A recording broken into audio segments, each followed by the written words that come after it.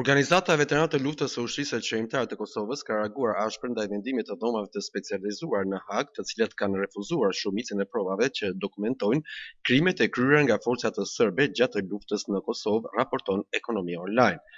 Nënkryetari i Organizatës së Veteranëve të Luftës së UÇK-s, Gazmend Sylla, në një intervistë për Ekonomia Online, e cilësoi këtë vendim si të padrejtë dhe të papranueshëm, duke theksuar se gjykata ka devijuar nga misioni i saj dhe po gjykon në mënyrë të njëanshme vetëm pjesëtarët e UÇK-s. Organizata e Veteranëve të Luftës gjithmonë ka qenë në kundërshtim prej që është flitë të themeluar kjo gjykatë për shkak se i ka hetu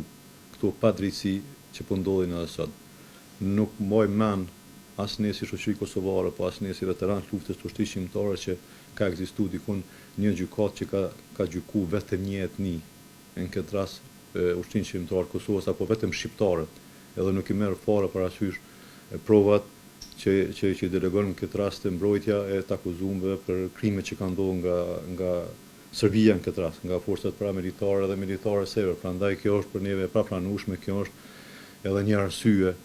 që neve na shtin më ngrit në kom edhe mi tregu këto padrejtësi krejt opinionin ndërkombëtar, po edhe shqiptarët ju shihni tash me protestat e fundit po ndodhin një mobilizim i jashtëzakonshëm sepse edhe vetë qytetarët e kanë pa që kjo gjykatë ka devijuar nga misioni i saj. Organizata e veteranëve të luftës ka paralajmëruar edhe mundësinë e protestave në ditët në vijim, duke theksuar nevojën për reagim qytetar dhe institucional ndaj këtij trajtimi të padrejtë të historisë së Kosovës.